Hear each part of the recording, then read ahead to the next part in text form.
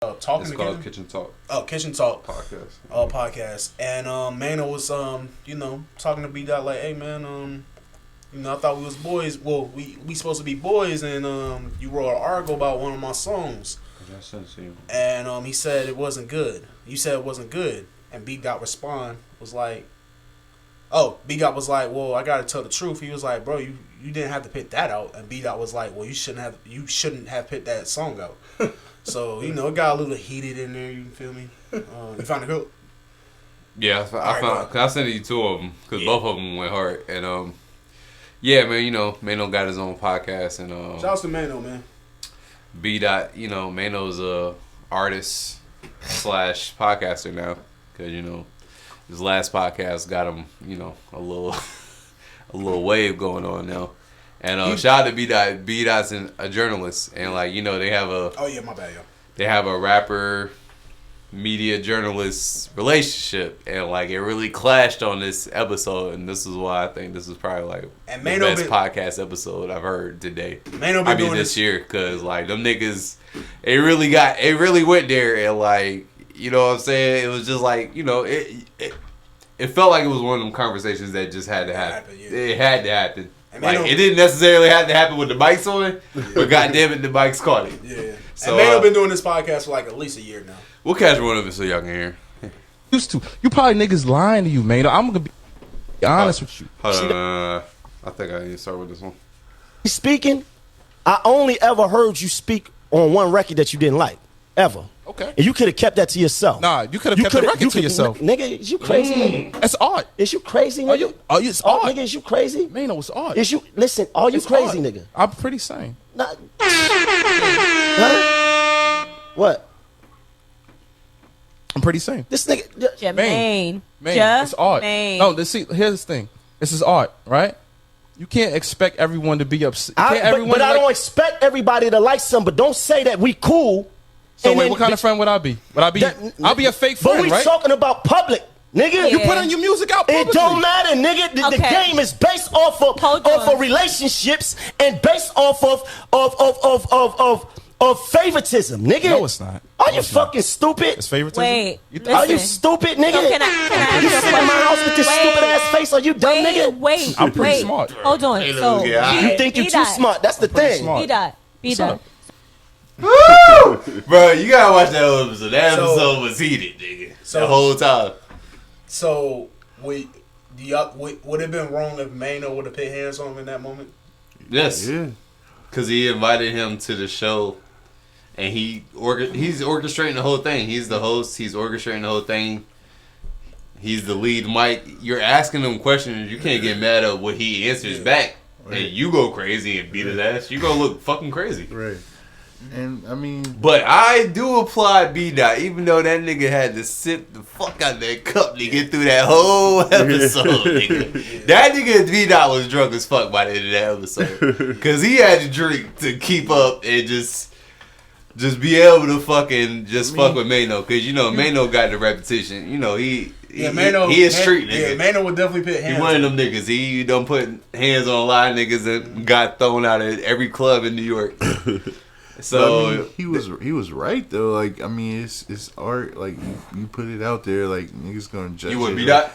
I'm with him. But I you had to. I guess you had to hear more of the episode to actually hear from Mano's side, cause Mano really views him as a homie. Yeah. He really cause from the very beginning, before B Dot really got into journalism with Complex and Rap Radar or whatever the Genius, all that shit he does. He really he used to drive him through the hood, and he was telling stories about that and shit. He really fucked with him. Well, I mean, if we cool like that, I wouldn't have wrote an article calling your shit trash. That was the main. But I'd have been like, dog, I don't like that song. Dog. Yeah, I was gonna say it's a way you can handle it. Main clash between. It's definitely a way you can handle it, because you saying trash, it's people would be like, well, shit, I ain't gonna check this out. Did he say it was straight trash in the article, or he just said it was just I haven't seen not the article. Whatever they was referring to, because I think he reviewed a few of his shit, and because and then you got through the whole shit, Mano was letting him know a few joints that he ain't fuck with, and But I don't think I don't think B Dot is wrong for saying his opinion. It's just how you say it, especially when it comes to dealing with somebody that you consider a friend. Me personally, I don't have a journalist friend, so I really don't know like how that relationship is. Like if I had a journalist friend, like with me making music and shit, if I came at him with shit, like I really, I don't know. But I'm like, definitely gonna tell you the lie. That's it. Like I'd rather you tell me the truth and be like, hey man, this ain't it.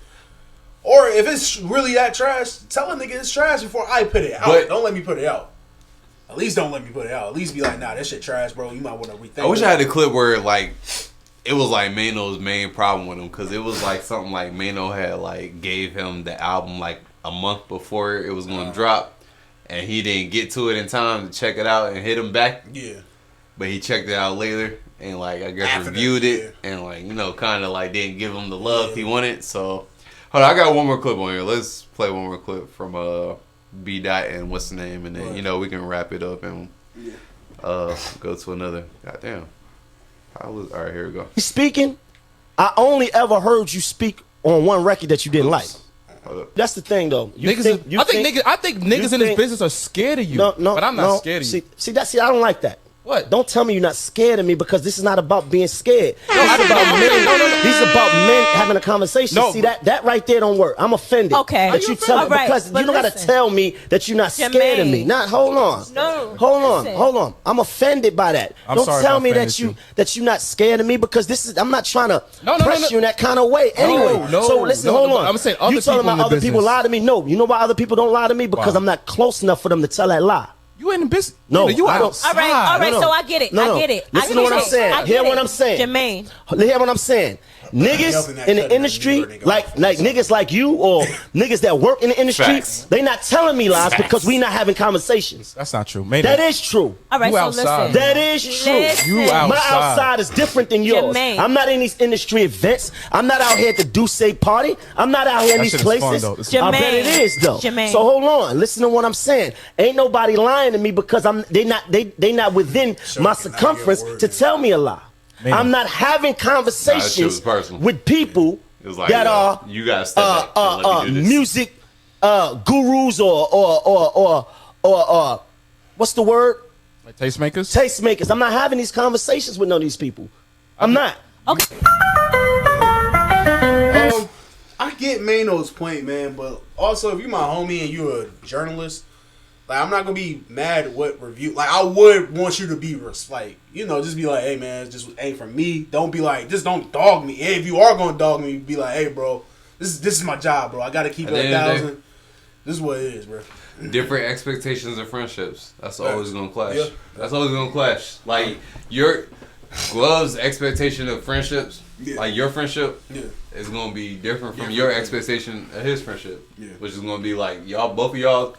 Expectation of my friendship gonna be different from my expectation. Like I feel it. At some point, like there's a chance that like that's just gonna clash and y'all gonna have to just go through that. Yeah, I've learned that because I done clashed with a lot of my friends. Done fell out with friends. Made up was big enough to make up with friends. All of that shit. So you definitely got. It's just like you got like at some point y'all gonna cross that road for real. If y'all really tight like that. Yeah. Like Shane always gonna be cool, especially if y'all deal with each other. Yeah. Kind of frequent. Yeah. Like it's gonna happen. Yeah, I'm the type of nigga, man. Like, if it's like a big issue, like I really feel like you kind of. If it's as long as it's not like you threaten me or say something like towards my family, I ain't. We can always work it out. But if I feel some type of way about something, like if you lied to me or feel like you trying to play me, I gotta say it. Because I don't like weird energy. I don't like being like knowing that I know you said some weird shit and I know you said some. I don't like that shit. I have to say I gotta get off my chest. So like with a lot of my friends, I just confront that shit like off the back. Especially if I consider you as a brother, because I feel like if I can't talk to you and you supposed to be my brother, then you definitely not my brother, bro. You might have to move down. And category in my life if I can't really have them conversations with you. Shit, I done had difficult conversations with friends and family, and especially people I consider as like family. So I get it, man. You definitely gotta have them conversations. I probably wouldn't have had that conversation on air like for the first time. I probably would have had it behind closed doors, so it's not that emotional. and it's look like you about to beat the shit out of B-Dot, but I don't know, man. I don't know. Yeah, same. Like, yeah, we could have talked about it beforehand. Like, if it was such a problem like that. Yeah, like, if it's a problem like that, definitely just, and vice versa, just be like, hey, man, I don't like that you did this. Like, you can say it to me. I'm like, you know, I get, like, we all human, so, like, at some, like, we're not always going to be perfect in the right moments. So, yeah, I might be offended in that moment, but I might go home, smoke me a blunt, drink something or whatever, think about it and be like, you know what? Slick is right. Glove is right. Let me go ahead and call them back, or the next day I'll be like, hey, bro, you right. But I also think Mano at least was thinking about it from a monetary standpoint, like, oh, this might be a viral moment, like, let me just get them on here and, like, we could. Not even that. I just thought, I'm not even mad that, like, that handled, like, that went down on his podcast, because, I ain't mad at it. Mano feels a certain way, right? I mean, both of them are public. Yeah. They're out in the public. Mano puts music out, whatever. What's the name? B-Dot reviews music reviews, just, you know, music media type shit. And it's like, you know, he publicly out in the media said he ain't like some shit about you. I mean, I'm not too mad at you bringing him to your podcast and y'all discussing it, and it turns into that because it's just real. Like, don't get me wrong. I'm not mad at that. That's something for me. Like, I like to handle stuff. No, I was just talking about like what Glove was saying. Like talking about like take it to the side. Like, I mean, you didn't take my album to the side and tell me, yeah, fuck with it or whatever. I think for me, you went on your public shit and like you went on your platform and did that. Come on my platform, let's talk about it. If it turns into this, that's what it is. I think for me and Glove, it's more like we come from that cloth where it's like it don't matter if you did that publicly. Like, yeah, when we have this conversation privately, we can talk about it publicly, but like we're gonna have this conversation privately first. Because and that's why I asked the question. We can have public and private, either one. Whichever order, it doesn't matter. But that's why I asked the question, like, if Mano would have put hands on him, would he be wrong? Because because that's his platform. He brought him over there to have that conversation. It's the way you can't erupt and get mad at what the nigga say. But I think the reason why Mano felt in your fucking living room with fucking stripper chefs in the kitchen and fucking making steak and shit. That is a wild time to be a nigga ass. I think I'm gonna do that. I think I'm gonna do that one of my birthdays, bro. One of my birthdays, I'm gonna get an Airbnb and I'm gonna hire like a few goddamn stripper chefs and. Hey, just let me know, bro. I'm there. I'm gonna just have fun. I'm there. I want no part of it. But all right, cool. I want all parts. But I think the reason why Mano turned up that much on that episode is because he probably felt like, nigga, like they was friends. All right, this is the way you responded. His friendship was stronger on his side than B-Dot's on his. But it's the way you responded to me. Like, B-Dot was more professional on his side. You didn't have to pick that out, and then you gonna say, well, you didn't have to pick that song out. Mano was hanging more on the friends tree. Who was you talking to right now, nigga? That shit happens, nigga. Yeah, it happens. Yeah. It's learning experiences, man. It just teach you where you at with people. Yeah. Well, take it. And learn from it and keep moving. Just adjust. Like, don't do no dumb shit and just beat his ass because you angry. Just, all right, I see where we at. Right. Move on. Yeah, man. It's not that fucking bad. It's not that big of a deal for real. Yeah. And if you look at it, the big picture, you know what I mean? But, yeah, whatever. One last point. I can see why Mano feels some type of way because it's like you're saying this is bad, but this is how I make my money. So technically, if somebody sees this review and you say it's trash, instead of saying, this is not for me or I like it, you're taking a listener away from me. Especially at that time, I think Mano came in the CD era, if I'm not mistaken. Mm-hmm. So you taking like a customer away from me. And that's money you're taking out of my pocket, out of my family pocket. So I think that's how Mano was. Mano was just really looking at like, yo, like B-Dot, your word is really bond out here in these streets. Like niggas really listen to you. Like if you say something bad about my shit, they're not gonna check it out. They're gonna be like, no, it's trash. Like that's why he really believes in his word and the culture. Like that's what it sounded like when I was. But that's why niggas be running down on Charlamagne. You feel me? Like niggas feel the same way. Like, you can't. Them niggas syndicated everywhere. Like I listen to them niggas every morning on 99.1, the biggest radio station in Fayetteville. Yeah. Early in the morning. This shit don't go back to the regular shit until 10 p.m. Like before 10 p.m., that's all Breakfast Club, bro. And it's just like, I mean, yeah, I understand niggas running down on what's the name, but I mean, B-Dot, I mean, you know, he's in the media. I mean, I like if I'm a rapper, bro, and like I consider you a cool nigga, but like you know, B-Dot was also saying like, bro, he was like, bro, even before you, I knew fucking J. Cole. J. Cole was the first nigga I knew out here, like industry wise, and I told niggas how I didn't like his first album or something, like something like that.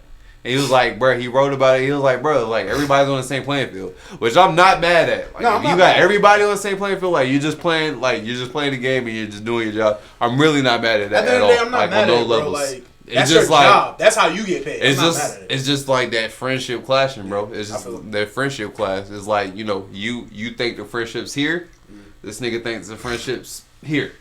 Yeah, it's niggas like that, man. It's gonna fuck it up. Like niggas like, cause like real talk, like who.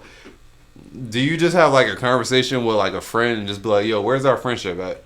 Nah, like you know what I'm saying? Like, I judge friendships off like it's like that doesn't happen. So how it's comfortable like, you just are around me. Like if I know like if you like, but that would have to take two like maturely sound niggas that just can read the room and just understand like what's going on to be like all the way cool on some shit like that. Like I got friends like that, like, you know, like we just like we know where our friendship at, like, and we don't expect nothing more or different from it. Yeah. But then, you know, you got your homies that, you know for a long time, and it's a little different. Yeah, once you start like telling me personal shit and you start like, you know, it start becoming like, hey man, don't worry about that, I got that, bro, or you give me next time or some shit like that. Like that's when it's like, all right, man, this is a serious friendship, man. I got at least cherish this in a different way than I treat like a nigga I just like play basketball with at the park and we just say what's up every once in a while. So I don't know, man. Shit, that was a good conversation. Jay-Z, man, he was on the what's that show called? The Shop. Yeah, The Shop. That's a LeBron James show, right? On LeBron and Maverick. I did watch that yesterday. It was a good episode. Yeah. I mean, shit, you got my HBO Max, nigga. Watch that shit. I was, bro. I was gonna watch it last night, but I was just too fucking tired. I'm watching it tonight, though. I'm watching it tonight. Wanna go ahead and play a clip? Yeah, I'm about to say play that clip he was talking about DMX. X is about to go on, and I'm like, you know, I want to see. I got like X is before you. X is going before me. And then he goes, and the fucking arena goes crazy. And I'm like, oh shit. He has a thing like a Alizé and Hennessy mix. It looks like blood. It's like he's drinking blood, right? And he's running back and forth. 1, 2, 1, 2. Here we go. Halfway through the show, then he takes his shirt off. And all the girls are screaming, ah! And the dog chain. Yeah, the dog chain, and then he's going nuts, right? And I'm like, shit. First the guys are going crazy, now the girls are going crazy. And then he gets to the end, and he starts a prayer. Oh my God. And now they're crying. Yeah. The whole arena is crying. Yeah. And I'm like, they're like, hey, now you go. And I had hard knock life. Hey man, it had to be crazy going up after DMX. Yeah. My mom went to a DMX concert. She said it was like one of her favorite concerts. Bro, it had to be, bro. The way he explained that, it sounded like it just like remember that one day you came over here and like you saw me watching like some Source shit? You're like, nigga, you just in here watching like some old Source awards type shit. And like I was watching that, but like before I even watched that, I was watching like the old. I don't know if it was that tour, but like that nigga explained exactly what I was watching. That like what I was telling you when you had walked in about how they had went by the Apollo and it was a tour and it was at the Apollo. It was like Redman, Method Man, they was out there wilding.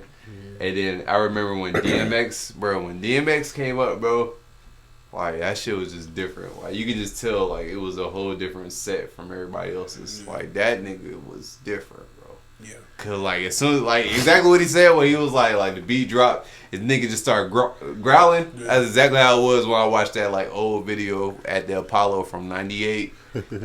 Bruh, like as soon as he started growling, niggas went crazy. That nigga had the fucking bandana with the little flap right there, halfway covering his eye right there. That nigga's around there, yeah. Bruh, them niggas went fucking bananas. And then like DMX just, spitting, cause like that nigga had like the ill pockets where he would hit the beats at with the ill ass grimy runs, bro. Like this is why this nigga's so hard. And then like, man. He did that, and then like he was saying, like, halfway through that shit, like that nigga took his shirt off, bitches go crazy, and then the nigga go crazy, and then at the very end, that nigga said a prayer. That shit was so heartfelt. Had all the niggas in there quiet as hell. Like, bro, how do you follow that? You can't follow that show, bro. He has to be the headliner every time, bro. I think my mom went to that tour. Then she must have went to that tour for Virginia Beach. What was that tour? The Hard Night Life tour or something like that? Was it the one that Jay-Z was saying was Hard Knock Life? The one that I saw, I don't know if it was. I don't think it was the Hard Knock Life. It might have been.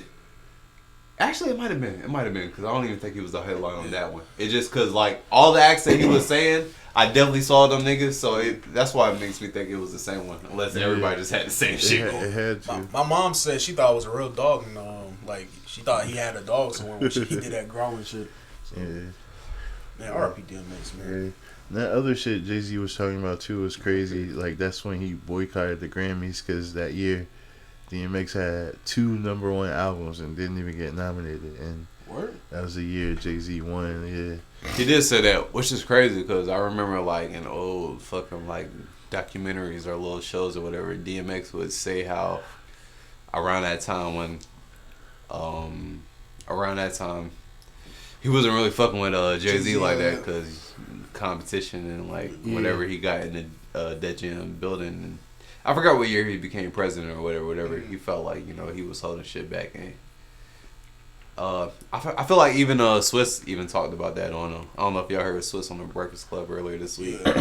He even said something about that, like how like DMX would just like he made Jay-Z his rival. Like he made him that person, the villain, like to him, like even though like it wasn't like it didn't have to be that or whatever. He was just like, bro, I need somebody to go against to just push me. And I felt that, bro. Damn, that's like some damn Michael Jordan shit, bro. I felt that shit though. That's like some Michael Jordan shit, bro. Yeah. No, man.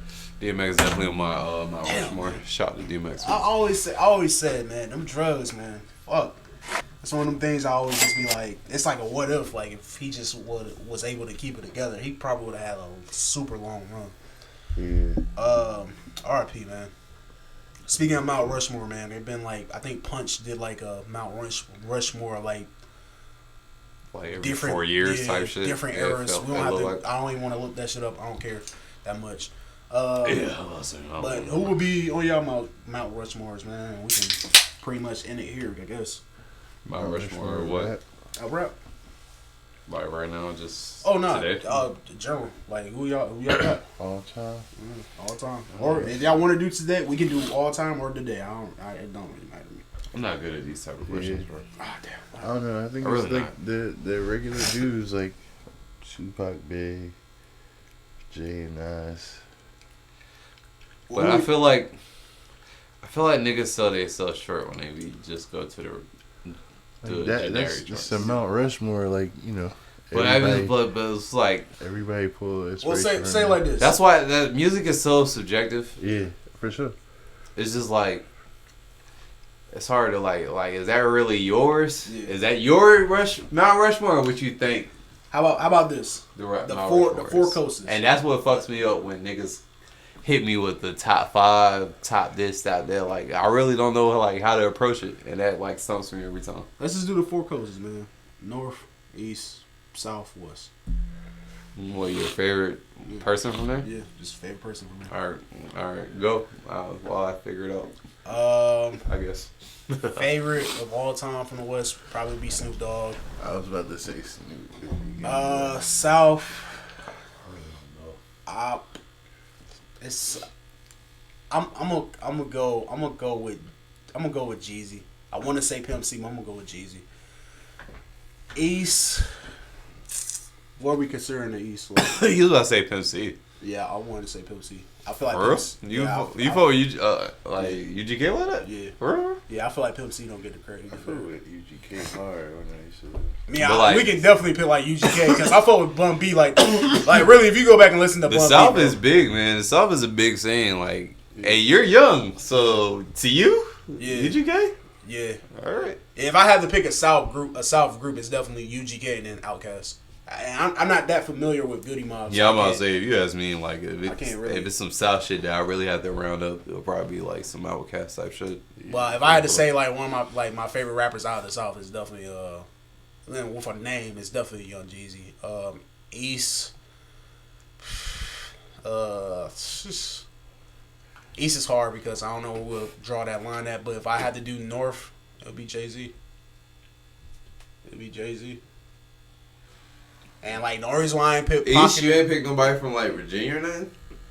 How deep the roots, man?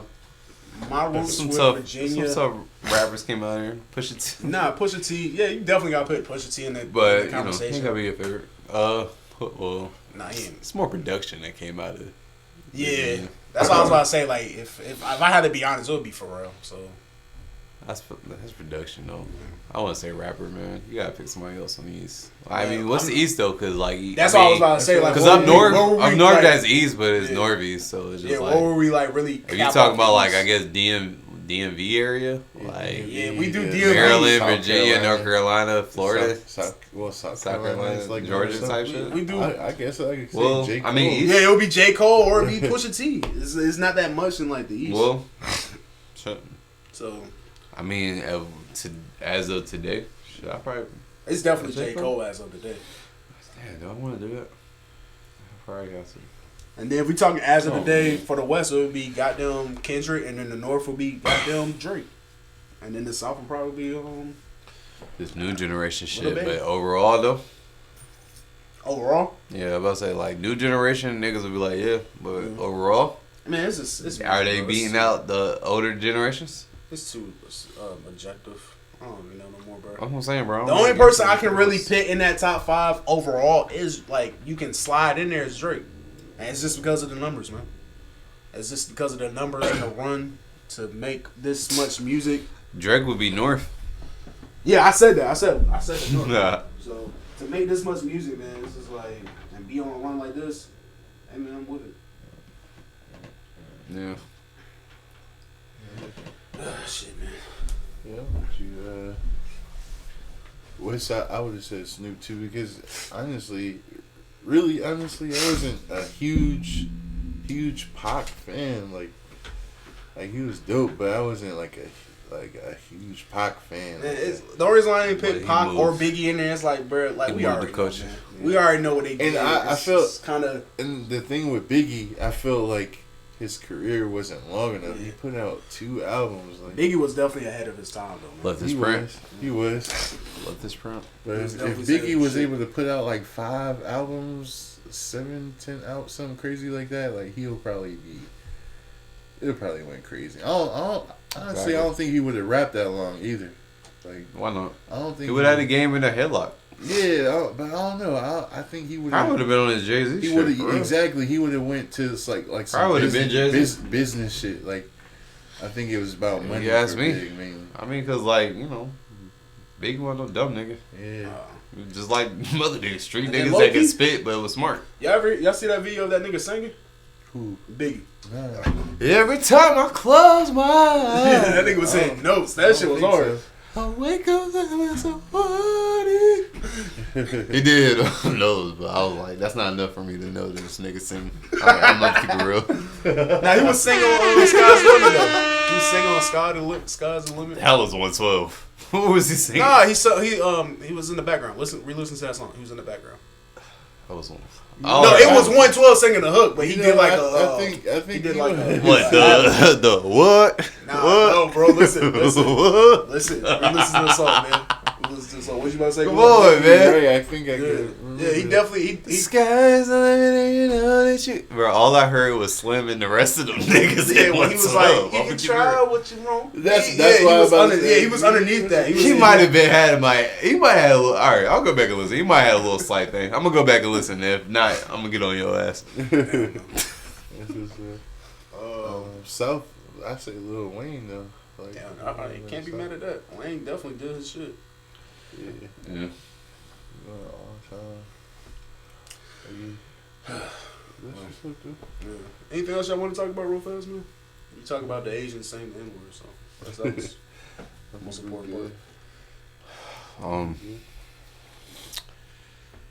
Nah, man. Unless I got some wild ass shit to say. Nah, not really. I probably been saying enough wild shit this episode. Have you? Yeah, I think I'm gonna have to text you later on. Hey man, can you cut out that where I said happy Pride Month with the booty bandit comment? I don't think he's gonna appreciate that. But it's all jokes, y'all. When the booty bandits catch up with you, I don't think they'll give a fuck about that. You showed your respect right after. You was talking about. You showed your respect right after. That's terrifying. For real, man. That's why I don't want to beef with these rappers no more. Damn. Never mind. I can't even go into the RIP. This is what we was talking about. Man, don't forget to subscribe, like, comment, tell your mom, tell your crackhead down the street, tell your grandparents, tell everybody, man. Apple Music, Apple Podcast is still playing. I do not know what the fuck is going on with that shit. If anything else happened, we recorded this on Thursday. We do not know what's going to happen in the future. We are not psychics. And that shit's still not popping up on the pod app. It's not on our side. I don't know what it is. I guess because like it updated, like the app updated, and then I guess if you gotta, I don't fucking know, bro. You may need to switch. God damn, nigga, I might need to delete that and reinstall it or something. I'm not. We need to switch off an Anchor, bro. Like, probably. Who knows, man? We'll figure out, y'all. That shit pop up on mine whenever and you look. It always works for me. I haven't had a problem with it yet. I didn't ask a couple niggas, and they say, yeah, it's popping. And then some niggas be like, nah, it's not popping up. So I don't know what's going on. Yeah, man. And before we get out here, man, RP Little Loaded, man. That is a sad story. Man, RP, man. RP Little Loaded. Did he have a heart? What song did he have up? Do we know? He had a lot of shit, but his most popular song, I think, was called Glot Baby. Glot Baby. Yeah. How did that go? Man, I don't know. I can't remember. I listened to like some of his music, but I wasn't like tuned in like that. Like I can't recite no lyrics, you know. I never ever heard of him. Yeah, but I mean, R.I.P. to that young boy. I heard it was like suicide, right? Yeah, it was suicide. Did they say anything else more? Nah, they ain't said nothing more. Pretty. Damn, man. Hey, nah, man. Mental health is a real thing, man. Niggas be going through it, and niggas is ready. Check up on your homies. Niggas be ready to end this nightmare, bro. Yeah. So check up on your homies. And, check up on your homies, life man. is definitely treacherous, and everybody ain't built for this shit. Facts. This shit is crazy. And yeah, man. Mental health. Yeah. Shit, man. It's been another episode from us to you, a podcast from a nigga point of view, and we gone.